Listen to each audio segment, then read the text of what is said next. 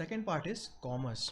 Commerce is that part of business activity which is concerned with the distribution of goods and services produced by industry. Now, what industry will do? Industry will produce goods, and the next step is a distribution of that goods and services. Now, business will not just make the product and keep it with themselves. They will distribute those goods and services to the customer. So commerce is that part of business activity. Then commerce is also further divided into trade and auxiliaries to trade. So let's understand both this topic one by one. First is trade. Now what is trade? Trade is an exchange of goods and services with money or money's worth. Now whatever you do to purchase or sell, where buying selling takes place and there is exchange of money or money's worth, it is known as trade. Now even there are different types of trade. One is home trade or internal trade, and foreign trade, external trade. So here are the types of trade which we have discussed. First is internal trade and then is foreign trade.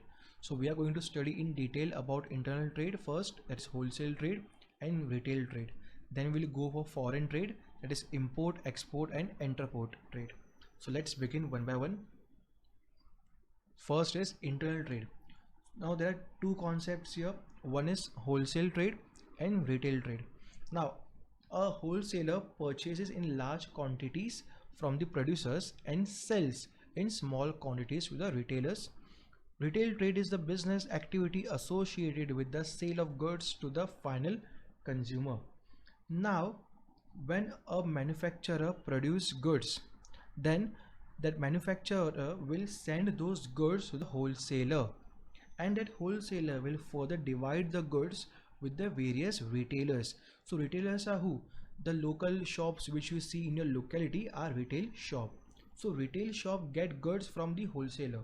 Wholesaler purchases in large quantities from the producer and then sell to the retailers. And retailer means a local shop, they will sell directly the goods and services to us, to the individual consumer. That is wholesale and retail trade. Wholesaler is the link between the producer, means the manufacturer, and the retailer. Then further, there are foreign trade. Now there are three types here. Import. Import means when you get goods and services from other country to your own country. That is import trade. For example, if we Indians get oil from the Gulf countries, so that oil is import trade for us. And there is export, when we sell goods and services to foreign countries. For example, if India sends mangoes to USA, so that is export trade. And third is interport trade. So see, it involves importing the goods from one country and reselling these goods to another country. For example, Indian seller importing goods from Japan and re-exporting same goods to Africa. Like you are purchasing goods from one country and then you are again reselling those goods to another country, that is interport trade. So three countries are involved here. Then B part is auxiliaries to trade.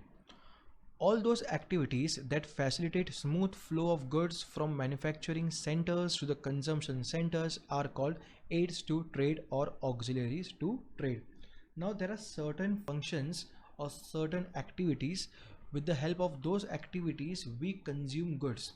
Now all those things which will help for the consumption of goods are known as auxiliaries to trade, which will benefit the functioning of the trade. So there are certain aspects which we have to look for the smooth functioning of trade or smooth functioning of flow of goods and services from producer to consumer. So what we have to look, let's see. The first thing is transport. You require transport first. So modes of transport facilitate movement of men and materials from one place to another. Now if proper transport system is available, then goods, material or man can move from one place to another. Like if oranges are grown in a certain part of Nagpur, then with the help of transport you can sell those oranges to the entire nation. Then warehousing, you require warehouse. The goods should be stored carefully from the time they are produced till the time they are sold. Special arrangement must be made to prevent the loss or damages. Warehouses are also called godowns. Now, such type of warehouses are mostly useful when there are agricultural products like grains.